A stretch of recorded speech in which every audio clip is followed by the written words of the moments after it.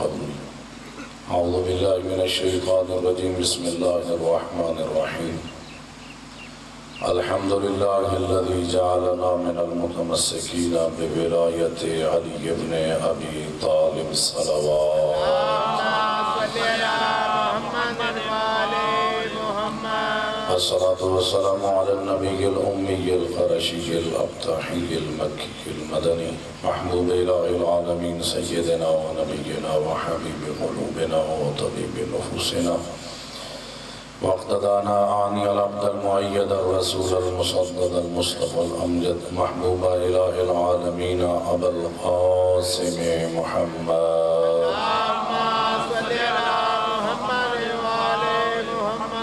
ثم الصلاة والسلام على أهل بيته الطيبين الطاهرين المعصومين ولعنة الله على أعدائهم أجمعين ملعونين أما بعد فقد قال الله تعالى في كتابه الحكيم أعوذ بالله من الشيطان الرجيم بسم الله الرحمن الرحيم قل لا أسألكم عليه أجرا إلا المودة في القربى وقال رسول الله صلى الله عليه وآله وسلم حسين مني وأنا من الحسين احب اللہ من احب حسین بلندر صلوات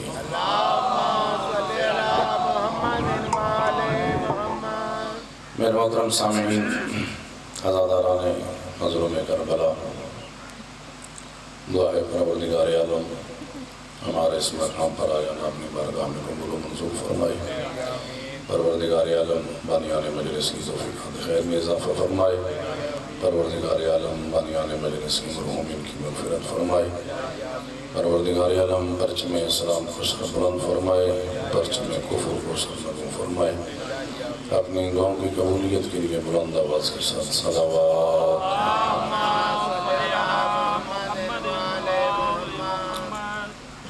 میرے محترم سامعین پروردگار عالم نے اپنے حبیب سے ارشاد فرمایا کہ ان امت والوں کو کہہ دیں کہ اجر رسالت کے طور پر اور کچھ نہیں مانگتا اگر مانگتا ہوں تو فقط اپنی اہل بیت کی محبت مانگتا ہوں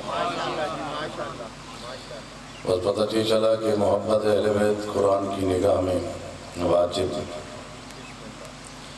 اور پھر جس طرح نماز واجب جیسے روزہ واجب جیسے حج واجب ویسے ہی محبت اہل بیت بھی واجب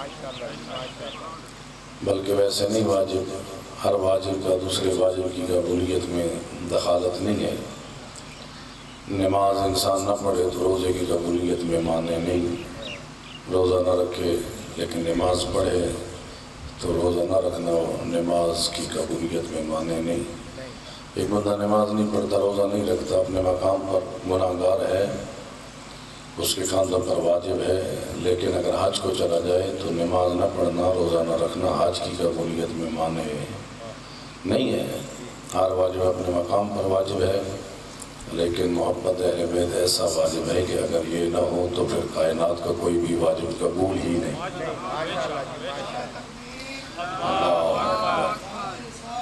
یا رسول اللہ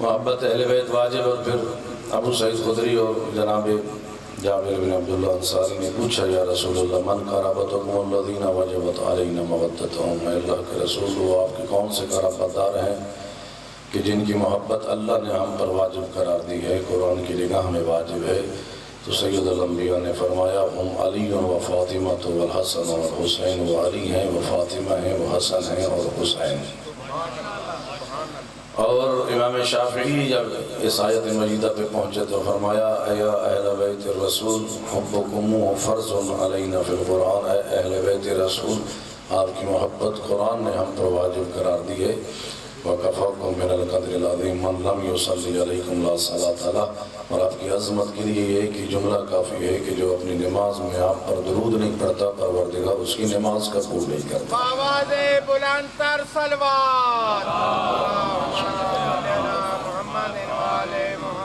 اور یہی تو فرق ہے اصحاب میں اور اہل بیت میں لوگ کہتے ہیں شیعہ اصحاب کو نہیں مانتے نہیں شیعہ اصحاب کا احترام کرتے ہیں اور کیوں نہ کریں وہ اصحاب نبی کہ جن کو سید الانبیاء کی صحبت بھی نصیب ہوئی اور سید الانبیاء کی تربیت بھی نصیب ہوئی، جن کی تربیت سید الانبیاء نے کی ہو، کیوں نہ ہم ان کا احترام کریں۔ یہ اصحاب نبی عظیم ہیں، ان کے قدموں کی خاک ہماری آنکھوں کا سرما، یہ اصحاب نبی ہمارے سروں کا تاج، یہ اصحاب نبی عظیم ہیں اور ان کا احترام بھی واجب ہے۔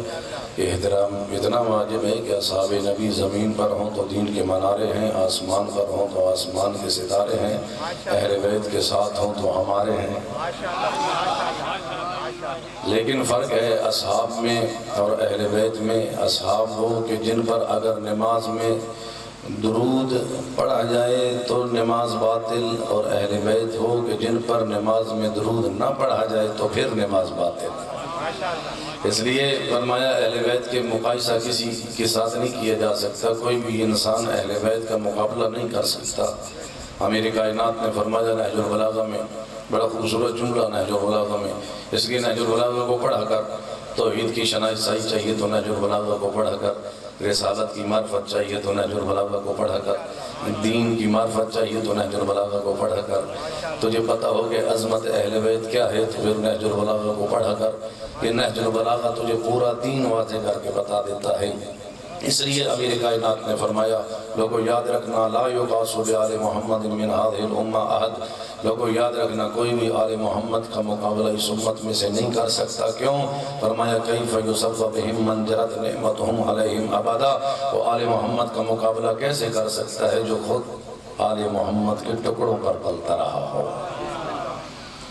پوری کائنات ممنون احسان، اہل بیت ہے محسن، ممنون احسان محسن کی برابری نہیں کر سکتے۔ یہ کائنات قائم ہے تو آل محمد کے صدقے میں، یہ پروردگار رزق عطا فرماتا ہے تو آل محمد کے صدقے میں، یہ سورج روشنی دیتا ہے تو آل محمد کے صدقے میں، یہ چاند روشن ہے تو آل محمد کے صدقے میں، یہ کائنات میں ہوائیں چل رہی ہیں تو آل محمد کے صدقے میں، یہ سمندروں میں طغیانی ہے تو آل محمد کے صدقے میں، یہ دریاؤں میں روانی ہے تو آل محمد کے صدقے میں، یہ پھول کھلتے ہیں تو آل محمد کے صدقے میں، پھول خوشبو دیتا ہے تو آل محمد کے صدقے میں، یہ اشجار پروان چڑھتے ہیں تو آل محمد کے صدقے میں، تیرا میرا سانس چلتا ہے تو آل محمد کے صدقے میں۔ پتہ یہ چلا کہ یہ ساری کائنات قائم ہے تو آل محمد کے صدقے میں، اور یہ کائنات کا نظام آج بھی قائم و دائم ہے۔ یہ سورج روشن ہو رہا ہے، یہ چاند چمک رہا ہے، یہ ہوائیں چل رہی ہیں، یہ پھول خوشبو دے رہا ہے، یہ ہواؤں میں روانی ہے، یہ دریاؤں میں طغیانی ہے، یہ سمندروں میں روانیاں ہیں، یہ سب کچھ یہ نظام چلتا ہوا نظام بتا رہا ہے کہ آج بھی ہے جو اہل بیت میں سے کوئی فرد جو پردہ غیبت میں ہے اور انتظار ظہور کر رہا ہے۔ نعرہ تکبیر، نعرہ رسالت، نعرہ حیدری، آواز بلند تر صلوات۔ اللہم صل علی محمد۔ اور ان کی پروردگار عالم نے پوری کائنات ہی کے صدقے میں بنائی، یہ نہ ہوتے تو کائنات نہ ہوتی۔ لولاک لما خلقت الافلاک، اے میرے حبیب اگر آپ نہ ہوتے تو یہ افلاک نہ ہوتے۔ پوری کائنات انہی کے صدقے میں بنائی اور پروردگار نے اپنی معرفت کا ذریعہ ان کو بنا دیا۔ نحن ابواب اللہ بنا عرف اللہ و بنا عبد اللہ، ہم اللہ کی معرفت کے دروازے ہیں۔ ہم نہ ہوتے خدا کی معرفت کروانے والا کوئی نہ ہوتا، ہم نہ ہوتے خدا کی عبادت کا طریقہ سکھانے والا کوئی نہ ہوتا۔ حدیث قدسی کی جملے کن تو کنزا مخفیا فاحببت ان اعرف فخلقتک یا محمد، میں ایک چھپا ہوا خزانہ تھا، میں نے چاہا کہ پہچانا جاؤں۔ تو خدا کو پہچاننا تو ممکن نہیں، خدا تو جسم اور جسمانیت سے پاک، اس کا جسم تو ہے نہیں کہ آنکھوں سے دیکھا جا سکے، کانوں سے سنا جا سکے، اس زمانے کا محتاج نہیں، مکان کا محتاج نہیں، وہ ظاہری جسم نہیں رکھتا، ان آنکھوں سے دیکھا نہیں جا سکتا، ان کانوں سے سنا نہیں جا سکتا، لیس کمثلہ شیء، اس جیسی کوئی شے ہے کوئی نہیں۔ اب خدا کو پہچاننا ہے تو پہچان ممکن نہیں ہے، کیونکہ ہم ادراکات رکھتے ہیں اور وہ ذات ادراکات میں آ نہیں سکتی، اس لیے پہچاننا تھا تو کیسے پہچاننا تھا؟ فرمایا فخلقتک یا محمد، اے محمد و آل محمد، پھر آپ کو خلق کیا تاکہ یہ دنیا والے آپ کو دیکھتے جائیں، مجھے پہچانتے جائیں۔ اللہ معرفت کا ذریعہ بنایا ہے اہل بیت کو، اپنی معرفت کا ذریعہ، اور وہی توحید قبول ہے جو در اہل بیت سے ہم تک پہنچے۔ جو ولایت کے سائے میں ہم تک پہنچے، خدا کو بھی وہی توحید قبول ہے۔ خود معصوم نے سید الانبیاء نے فرمایا تھا یا علی انت و شیعتک هم الفائزون، اے علی تو اور تیرے شیعہ ہی کامیاب ہیں، دنیا میں بھی کامیاب ہیں، آخرت میں بھی کامیاب ہیں۔ اور پھر فرمایا تھا من قال لا الہ الا اللہ افلح، جو بھی لا الہ الا اللہ کہے گا وہ کامیاب ہو گیا۔ ابو درداء صحابی اٹھے کہا یا رسول اللہ ہر وہ بندہ جو کہے وہ کامیاب ہے؟ کہا نہیں، اگر فقط علی اور علی کے شیعہ کہیں گے تو وہ کامیاب ہوں گے۔ عقیدہ توحید بھی قبول ہے تو فقط ولایت کے سائے میں اہل بیت کے در سے جو ملے وہی قبول ہے۔ جو در اہل بیت سے عقیدہ نہ ملے، عقیدہ توحید بھی پروردگار کو وہ قبول نہیں جو در اہل بیت سے نہ ملے۔ کیوں؟ جو در اہل بیت سے عقیدہ توحید نہیں ملتا وہ خدا کی جسم اور جسمانیت پر جا کر پہنچا دیتا ہے، اور پھر ہمیں بتاتا ہے وہ عقیدہ کہ جو در اہل بیت سے نہیں پہنچا نا وہ اس نتیجے پر پہنچتا ہے نعوذ باللہ کہ خدا کرسی پر بیٹھے گا وہ چڑ چڑ کرے گی، اور نعوذ باللہ خدا قدم رکھے گا جہنم میں اور وہ کہے گی کہ اب میں پر ہو گئی۔ وہ عقیدہ کہاں تک پہنچا دے، لیکن جو در اہل بیت سے ملتا ہے عقیدہ وہ بتا دیتا ہے کہ وہ جسم اور جسمانیت نہیں رکھتا، کوئی مقام ایسا ہے نہیں جہاں خدا ہونا، اور کوئی ایسا انسان نہیں ہے جو خدا کو دیکھ سکے، وہ ان نظروں سے دیکھا نہیں جا سکتا، ان کانوں سے اس کی آواز کو سنا نہیں جا سکتا، تیرے ادراکات میں وہ آ نہیں سکتا۔ لیس کمثلہ شیء، اس جیسی کوئی ذات ہے کوئی نہیں، وہ عظیم ہے، اس سے بڑا کوئی قادر کوئی نہیں، اس سے بڑا کوئی خالق کوئی نہیں، اس سے بڑا کوئی رازق کوئی نہیں۔ پوری کائنات کو خلق کرنے والی ذات ہے تو وہی عظیم ذات ہے، رزق عطا کرنے والی ذات ہے تو وہی عظیم ذات ہے، کائنات کے نظام کو چلانے والی ذات ہے تو وہی وحدہ لا شریک ذات ہے۔ لیکن یاد رکھنا رزق عطا کرتا ہے تو آل محمد کے صدقے میں عطا کرتا ہے، کائنات کے نظام کو چلاتا ہے تو آل محمد کے صدقے میں چلاتا ہے۔ نعرہ تکبیر، نعرہ رسالت، نعرہ حیدری، آواز بلند تر سلوات۔ اپنی معرفت کا ذریعہ بنا دیا اہل بیت، کہا کہ ان کو پہچانتے جاؤ، ان کو دیکھتے جاؤ، جب اہل بیت کے کردار کو دیکھو گے تو تجھے خدا یاد آئے گا، کیونکہ ان کا کردار اور ان کا عمل اتنا عظیم ہے کہ ان کو دیکھ کر پروردگار یاد آ جاتا ہے۔ اتنے پاکیزہ ہستیاں پروردگار نے عطا فرمائی اور پھر ان کی محبت پوری کائنات پر واجب قرار دی، اجر رسالت کے طور پر قرار دے دیا۔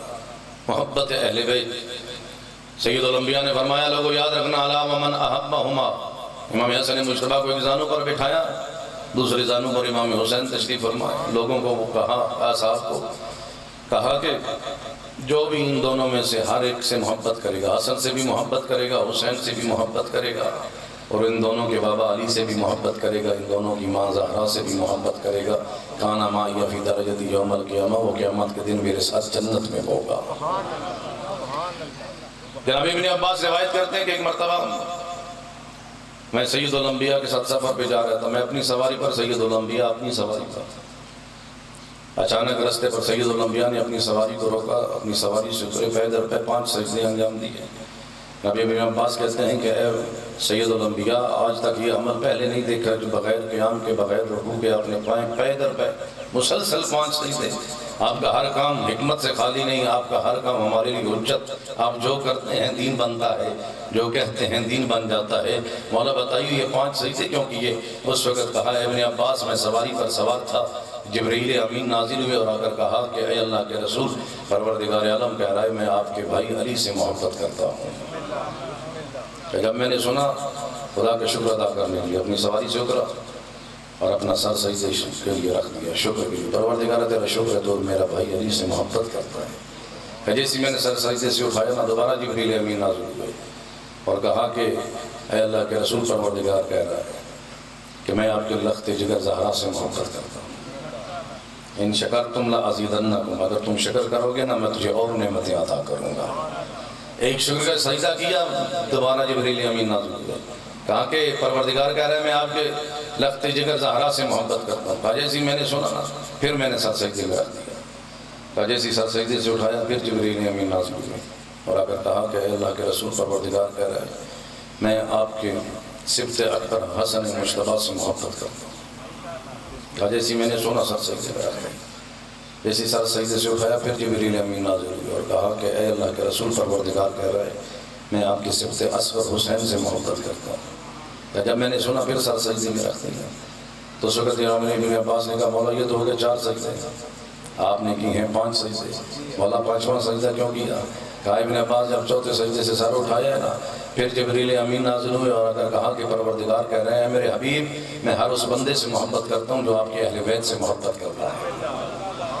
اس پر پھر میں نے سر سجدے میں رکھ دی۔ محبت اہل بیت ایسی عظیم نعمت ہے کیونکہ پروردگار نے ان سچوں کی محبت عطا فرمائی اور ایسی عظیم نعمت ہے کہ اس کا شکر ادا نہیں کر سکتا انسان۔ کیوں؟ کیونکہ کائنات میں ان سے بڑا کوئی سچا کوئی نہیں، ان سے بڑا پاکیزہ کوئی نہیں، ان سے بڑا باکردار کوئی نہیں۔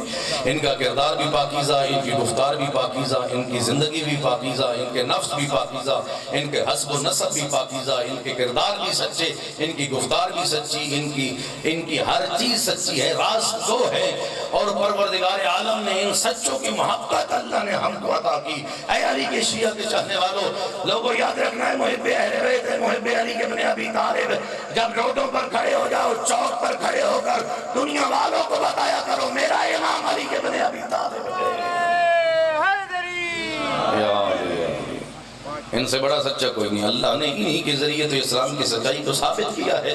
عیسائیوں کے مقابلے میں نجران کے میدان میں نجران کے عیسائیوں سے میدان مباہلہ میں قل تعالوا ندعو ابناءنا وابناءکم وانفسنا ونساءنا ونساءکم وانفسنا وانفسکم ثم نبتہل فنجعل لعنت اللہ علی الکاذبین۔ اے میرے حبیب ان کو کہہ دو، عیسائیوں کو، نجران کے عیسائیوں کو اگر علمی دلیل قبول نہیں کرتے نا تو پھر ان کو کہہ دو آؤ ایک ہی راستہ باقی بچا ہے وہ میدان مباہلہ کا، مباہلہ کر لیتے ہیں۔ تم اپنے بیٹوں کو لے کے آؤ، میں اپنے بیٹوں کو لے کے آتا ہوں۔ تم اپنی عورتوں کو لے کے آؤ، میں اپنی عورتوں کو لے کے آتا ہوں۔ تم اپنے نفسوں کو لے کے آؤ، میں اپنے نفسوں کو لے کے آتا ہوں۔ پھر کریں گے مباہلہ، جو ہوگا جھوٹا اس پر کریں گے اللہ کی لعنت۔ اور تاریخ گواہ ہے ابناءنا کے مقام پر پوری امت میں سے فقط اپنے 2 بیٹے حسن اور حسین کو لیا ہے۔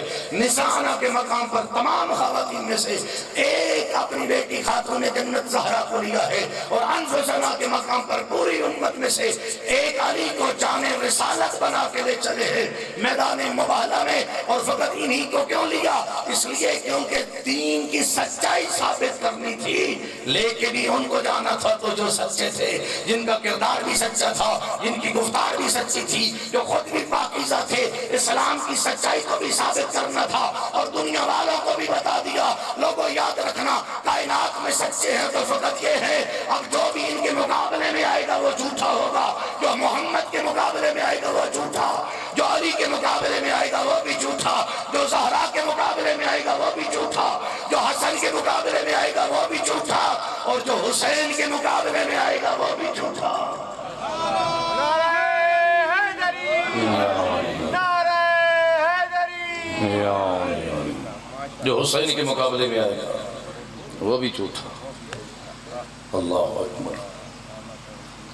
اور دنیا والوں کو بتا دیا۔ آج میڈیا پر آپ دیکھیں نا رنگا رنگ کے لوگ آئے ہوئے ہیں، یزید کے وکیل بن کے آئے ہیں، لیکن سید الانبیاء نے اس دن اعلان کر دیا جو بھی میرے حسین کے مقابلے میں آئے گا وہ جھوٹا ہوگا۔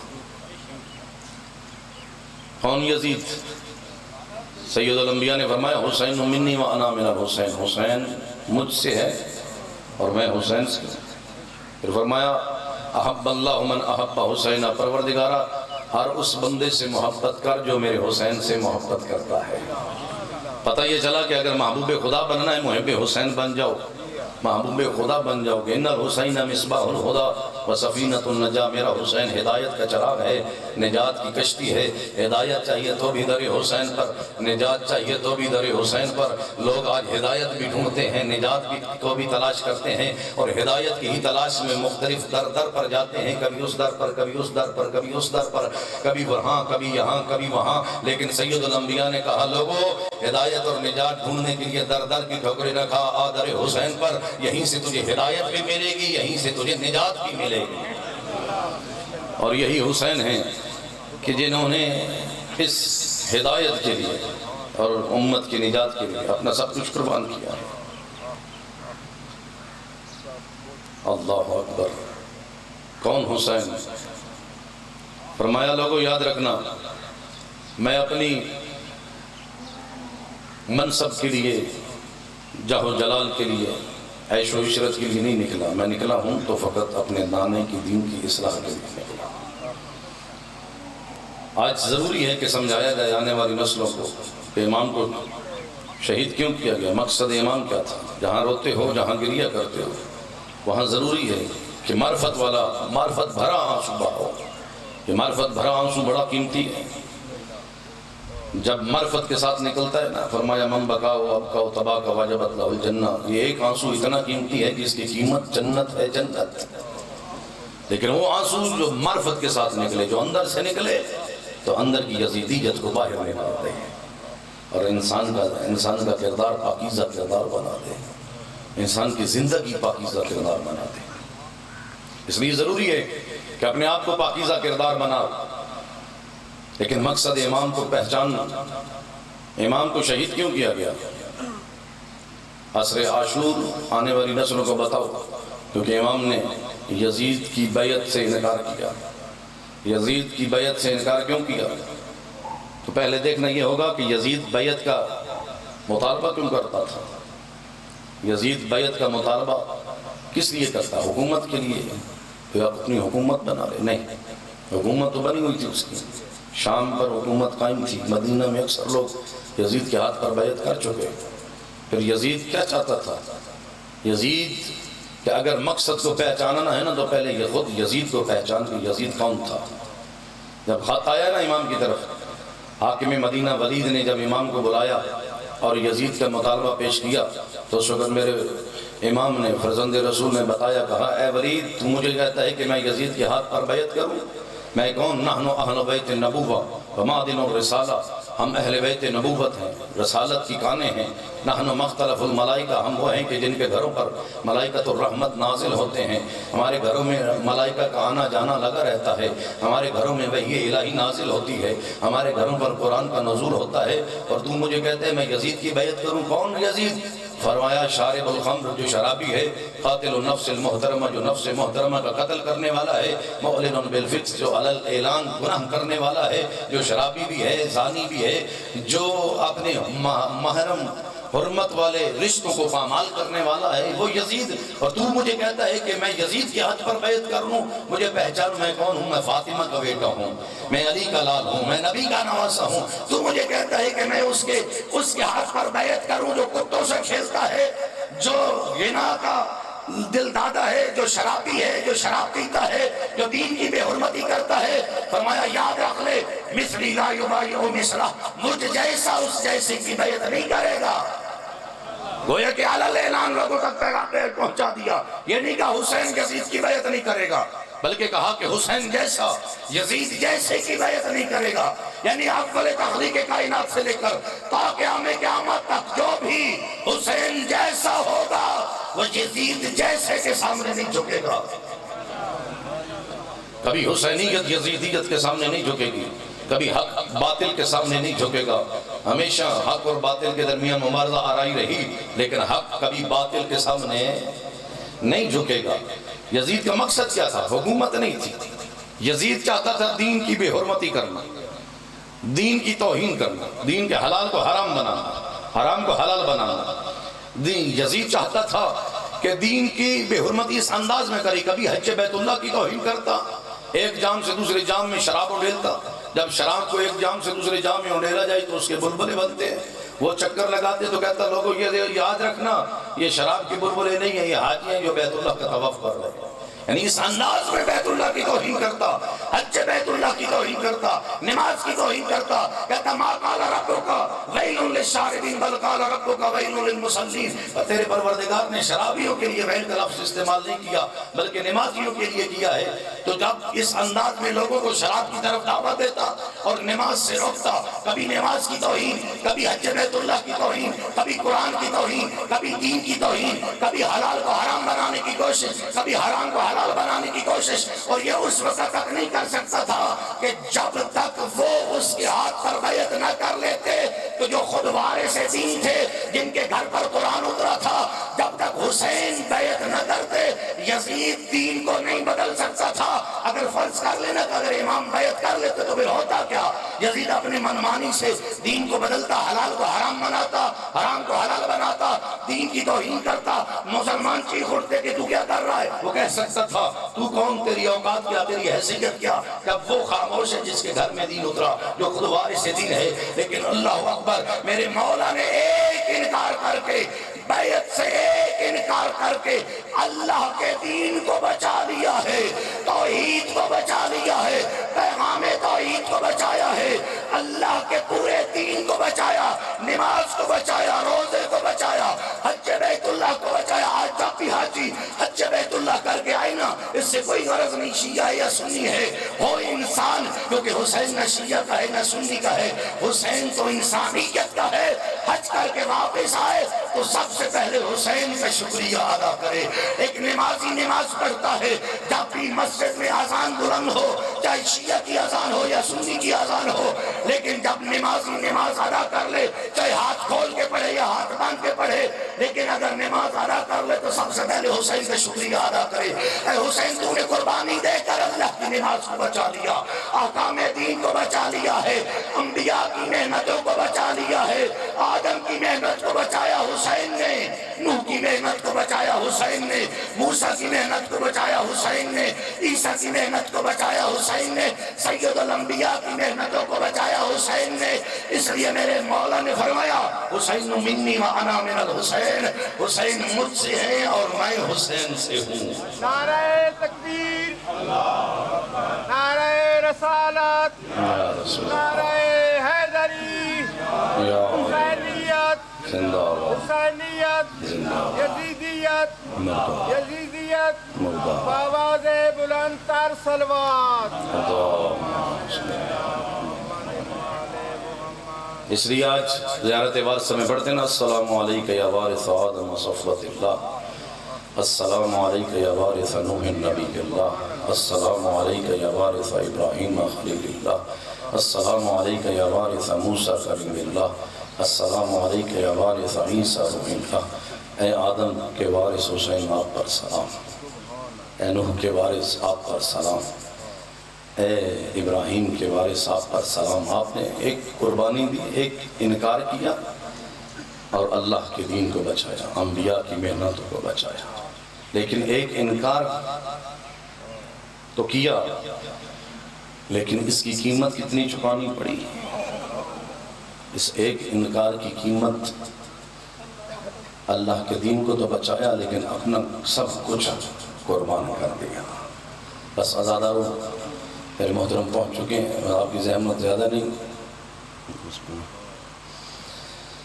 اپنا سب کچھ قربان کیا، اپنے علی اکبر جیسے جوان بیٹے کو قربان کر دیا، علی اصغر جیسے شیر خوار کو قربان کر دیا، بہنوں کی چادروں کو قربان کر دیا۔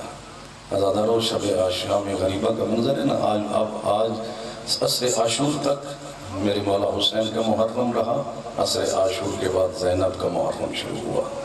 عزادارو، آپ روتے ہیں نا، آپ کو روکتے ہیں تو کوئی روکنے والا نہیں ہے۔ جب نبی زادیاں روتی تھی تو مظالم تازیانے مارتے تھے۔